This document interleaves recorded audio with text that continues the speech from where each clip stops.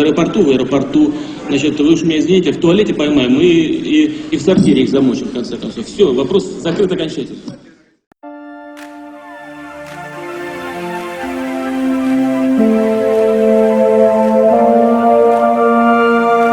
Vladimir Poutine a accordé toute sa confiance à notre peuple, à l'équipe Kadyrov et à moi-même. Alors qu'il soit à l'avenir président ou pas, je ferai tout ce qu'il me demande. Parole de Ramzan Kadyrov.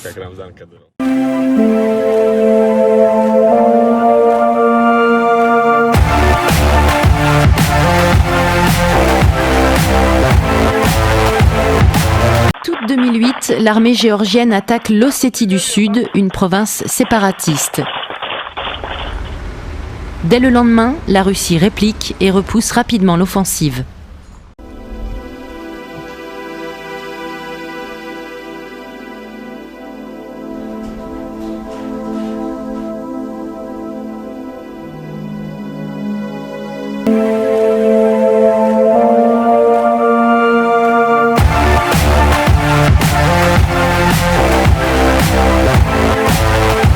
Vous pensez que les États-Unis sont liés au renversement de Viktor Yanukovych quand il a dû s'enfuir en Russie? Je le sais avec certitude. Comment le savez-vous? C'est très simple. Nous sommes en contact et en relation avec des milliers de personnes en Ukraine. Et nous savons qui, où et quand a rencontré et a travaillé avec ces gens qui ont renversé Yanukovych. Nous savons quel soutien leur a été accordé, combien ils ont été payés et comment ils ont été entraînés. Nous savons sur quel territoire et dans quel pays ces entraînements ont eu lieu et qui étaient leurs formateurs. Nous savons tout. Proprement dit, nos partenaires américains ne s'en cachent plus. Respectez-vous la souveraineté de l'Ukraine?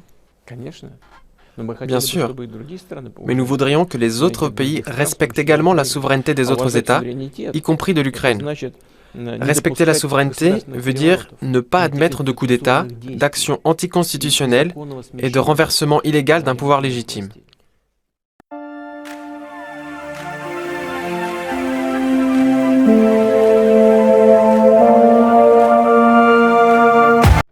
Я пригласил в Кремль руководителей наших специальных служб, Министерства обороны, и поставил перед ними задачу, прямо скажем, спасти жизнь президента Украины. Aura été l'une des journées les plus meurtrières en Ukraine depuis le mois de juillet. Des tirs d'artillerie et de mortiers ont opposé soldats ukrainiens et séparatistes pro-russes près de la ville de Debaltseve. Selon Kiev, 5 soldats ukrainiens ont été tués. Le bilan serait d'au moins 20 morts dans le camp adverse. L'Est de l'Ukraine est en proie depuis 2 ans et demi à un conflit opposant forces gouvernementales et rebelles pro-russes, ces derniers étant soutenus militairement par la Russie selon Kiev et les Occidentaux. Il a fait près de 10 000 morts et malgré l'instauration de plusieurs trêves, les affrontements reprennent régulièrement. Il faut du temps, de la patience et beaucoup de volonté pour traverser de l'Ukraine en Crimée. Faire la file, parfois des heures, pour franchir ce qui est devenu la nouvelle frontière. La plupart de ces familles vont visiter des proches. Le couloir de clôture qui les mène à l'entrée de la péninsule qu'ils considèrent encore la leur paraît absurde, mais c'est la nouvelle réalité. Si l'Ukraine contrôle les sorties, c'est aujourd'hui la Russie qui décide qui peut entrer.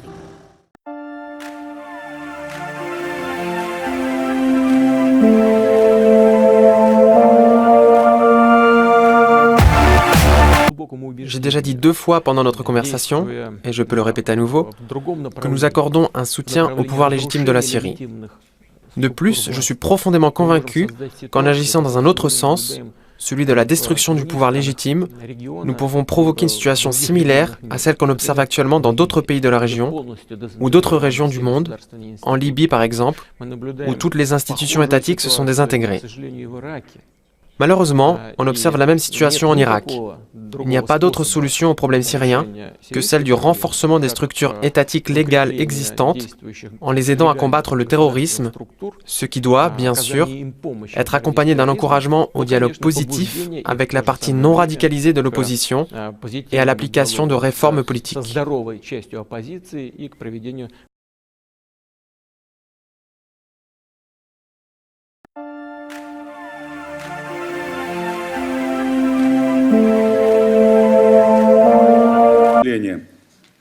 бригады генерала Сухела и 5-го добровольческого штурмового корпуса разгромили остававшиеся незаконные вооруженные силы в этом районе и освободили населенные пункты Салихия, Эль-Хрейта, Эль-Катья, Мусалаха и соединились с правительственными войсками, наступавшими с юга.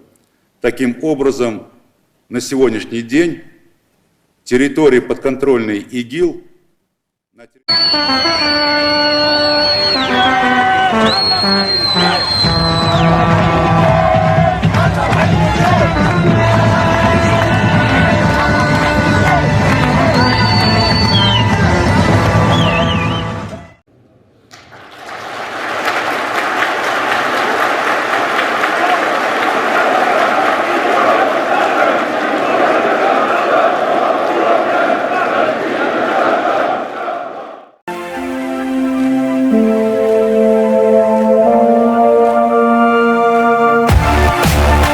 Ядерная бомба, атомная бомба появилась впервые не у нас, а в Соединенных Штатах.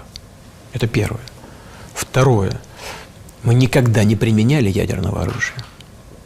Соединенные Штаты применили против Японии. Кстати говоря, во многих японских учебниках замалчивается этот факт. Пишется, что применили союзники. Какие союзники?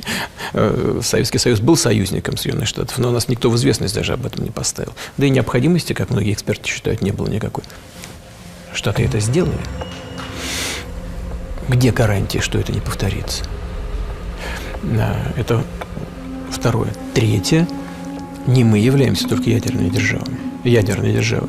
Те же самые Соединенные Штаты, Китайская Народная Республика, Франция, Великобритания, Россия.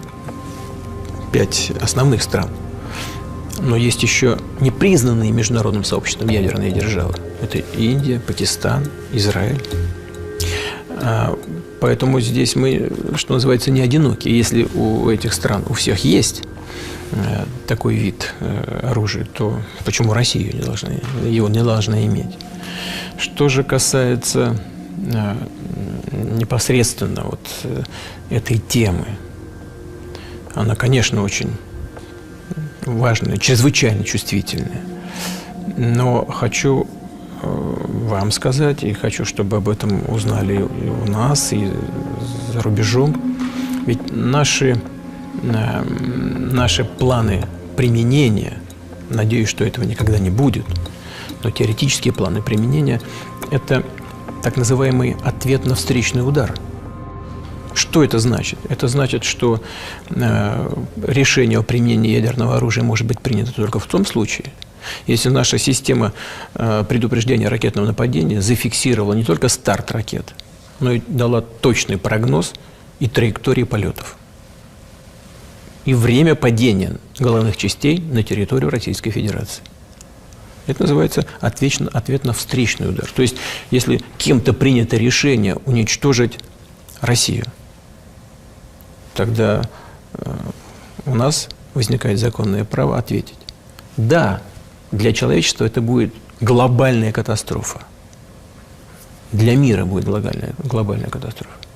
Но я все-таки как гражданин России и глава российского государства тогда хочу задаться вопросом.